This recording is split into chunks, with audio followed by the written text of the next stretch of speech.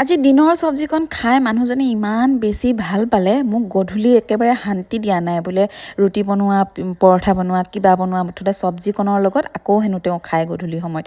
মোৰ মানে একেবাৰে মন যোৱা নাই জানেনে, দিনটো কাম কৰি আকৌ গধূলি মানে কিবা কিবি কৰিবলৈ। অলপ আগত চাহ দি পেলাই উঠিছিলোঁহে, তাৰপিছত গৈ পেলাই মই সহজ উপায়েৰে কি কৰিলোঁ, পিঠা বনালোঁ, মানে চাউল গুড়িৰ পিঠা।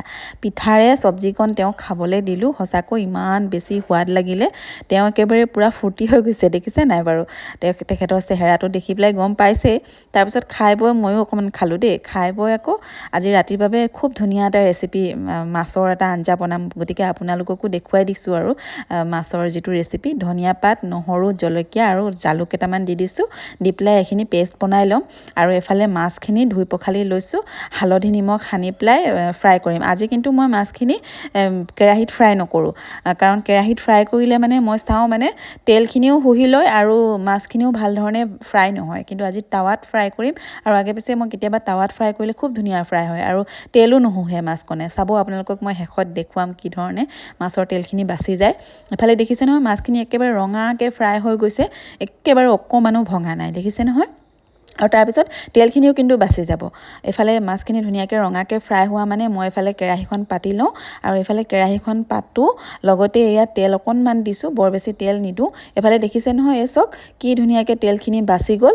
এনেকৈ সহজ উপায়। আৰু টাৱাখনৰ বাৰু অৱস্থা নাইকিয়া হৈ গৈছে, মানে টাৱাবিলাক এনেকুৱাই হয়, তেলত ৰুটি ভাজিলে মানে টাৱাবোৰ এনেকৈ বেয়া হৈ যায়, আৰু যিমানে আপুনি ধুনীয়াকৈ ৰাখিম বুলি চেষ্টা কৰিলেও ৰাখিব নোৱাৰে। এতিয়া মোৰ তেলখিনি যে বাচি গ'ল, এই তেলখিনি মই তৰকাৰীকণতে ব্যৱহাৰ কৰি লওঁ, সেইকাৰণে কেৰাহীতে দি দিলোঁ। তাৰপিছত দি দিলোঁ পাঁচফোৰণ, আৰু এয়া পাঁচফোৰণ দি পেলাই কাটি থোৱা পিঁয়াজখিনি দিলোঁ। পিঁয়াজতে নিমখ দি দিছোঁ, আৰু নিমখ দি অকণমান সময় ভাজিম। আৰু ইয়াতে শুকান মছলা দিম মই, মছলা নিদিলেও হ'ব, কিন্তু মই দিছোঁ জিৰা গুড়ি অকণমান, হালধি গুড়ি অকণমান, আৰু জলকীয়া গুড়ি অকণমান দিছোঁ। তাৰপিছত এয়া পেষ্ট বনাই থোৱা ধনিয়াৰ পেষ্টটো মই দি দিলোঁ। দি পেলাই অকণমান ভাজি এয়া ঢাকনাখন মাৰি ৰাখিছিলোঁ। তেলটো বিৰিঙি আহিলে, গতিকে অকণমান ভাজিম, ভাজি তাৰ কেঁচা গোন্ধটো মৰাই দিম। আৰু তাৰপিছত দি দিছোঁ মটৰখিনি জানেনে মোৰ গজালি ওলাই গ'ল, কাৰণ যোৱা সপ্তাহতে মানুহজনে আনা, যোৱা দেওবাৰে।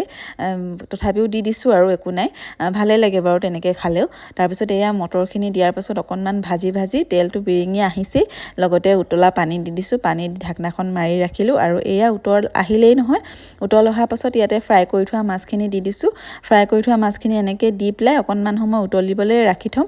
আৰু তাৰপিছত ইয়াত মই ধুনীয়া বস্তু এটা এড কৰিছোঁ, যিটো হৈছে চাউলৰ গুড়ি। এনেকৈ দি দিলে চব্জিকণৰ জোলকণ মানে খুব ধুনীয়া ডাঠ হৈ আহে, আৰু খাবলৈ খুবেই সোৱাদ লাগে এনেধৰণে বনালে। আপোনালোকে বাৰু এনেধৰণে ট্ৰাই কৰিছে নাই? যদি ট্ৰাই কৰা নাই, ভিডিঅ'টো আপোনালোকে শ্বেয়াৰ কৰি থ'ব, কেতিয়াবা ট্ৰাই কৰিব, আৰু ভাল লাগিলে মোৰ পেজটো ফ'ল' কৰি থৈ যাব।